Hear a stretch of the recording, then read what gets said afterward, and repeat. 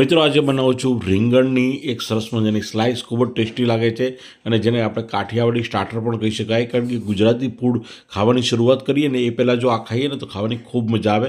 લસણને આ રીતે ક્રશ કરી લીધું છે અને લાલ લીલા મરચાંને પણ ક્રશ કરી લેવાના છે અને સાથે આદુ મરચાં અને લસણનું પણ એક અલગથી મિક્સરમાં ક્રશ કરી લેવાનું છે। તો હવે સૌ પ્રથમ આપણે કોટિંગ કરવા માટે મસાલો બનાવી લઈએ। 2 ચમચી ચણાનો લોટ લીધો છે, લાલ મરચું પાવડર, થોડી હળદર, ધાણાજીરું પાવડર, થોડી હિંગ અને હવે એડ કરીશું આમચૂર મસાલો। ખૂબ જ ટેસ્ટી લાગે છે મિત્રો।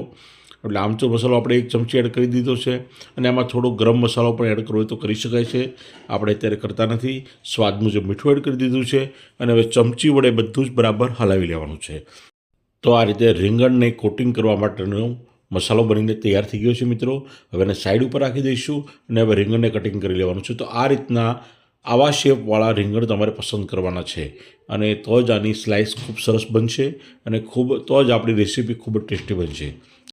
તો માર્કેટમાંથી આ ટાઈપના સિલિન્ડર શેપવાળા રીંગણાને પસંદ કરીને એની પાતળી પાતળી સ્લાઇસ ઉતારી લેવાની છે અને મિત્રો એકસરખી સ્લાઇસ ઉતારશો એટલે આપણી આ રેસીપીની ડીશ ખૂબ જ સરસ લાગશે અને આપણે મહેમાનોને જો આ દઈશું ને તો મહેમાન ખૂબ જ ઇમ્પ્રેસ થઈ જશે।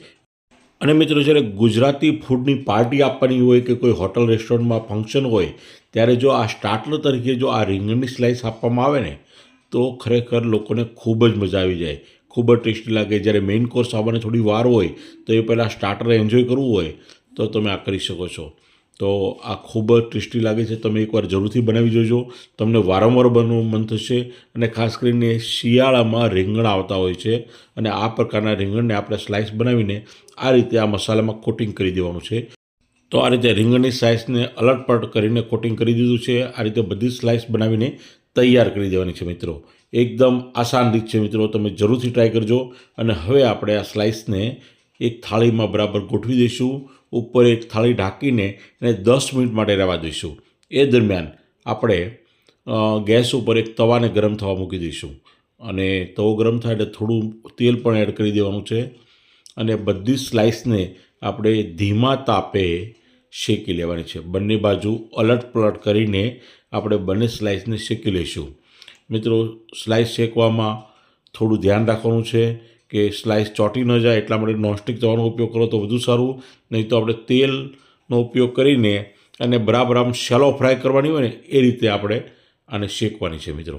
અને આ શેક્યા પછી તમે જ્યારે ટેસ્ટ કરશો ને ત્યારે તમે ખરેખર આમ આનંદ થઈ જશે કે ખૂબ જ ટેસ્ટી આ રીંગણાની સ્લાઇસ બનીને તૈયાર છે, જેને અલગ અલગ પ્રાંતમાં લોકો અલગ અલગ નામથી ઓળખે છે। કોઈ લોકો રીંગણાની સ્લાઇસ કહે છે, કોઈ લોકો રીંગણના પલીતા કહે છે, પરંતુ આપણે આ ડ્રાય સ્લાઇસ બનાવી અને આ રીતે તમે સ્ટાર્ટર તરીકે ઉપયોગ કરી શકો છો।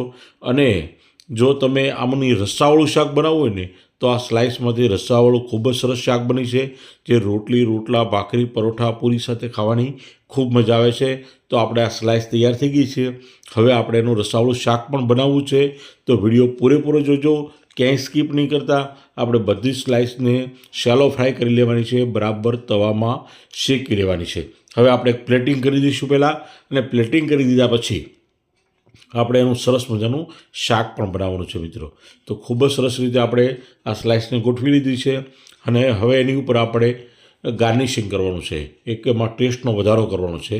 તો આપણે આ જે લસણ છે જે ઘીમાં ફ્રાય કરેલું છે, દેશી ઘીમાં ફ્રાય કરેલું લસણ ઉપરથી આપણે છાંટવાનું છે અને ઉપર થોડી કોથમીર પણ છાંટી દઈશું, લીલા મરચાં પણ છાંટશું કે જેના કારણે આ સ્લાઇસનો સ્વાદ ખૂબ સરસ આવે।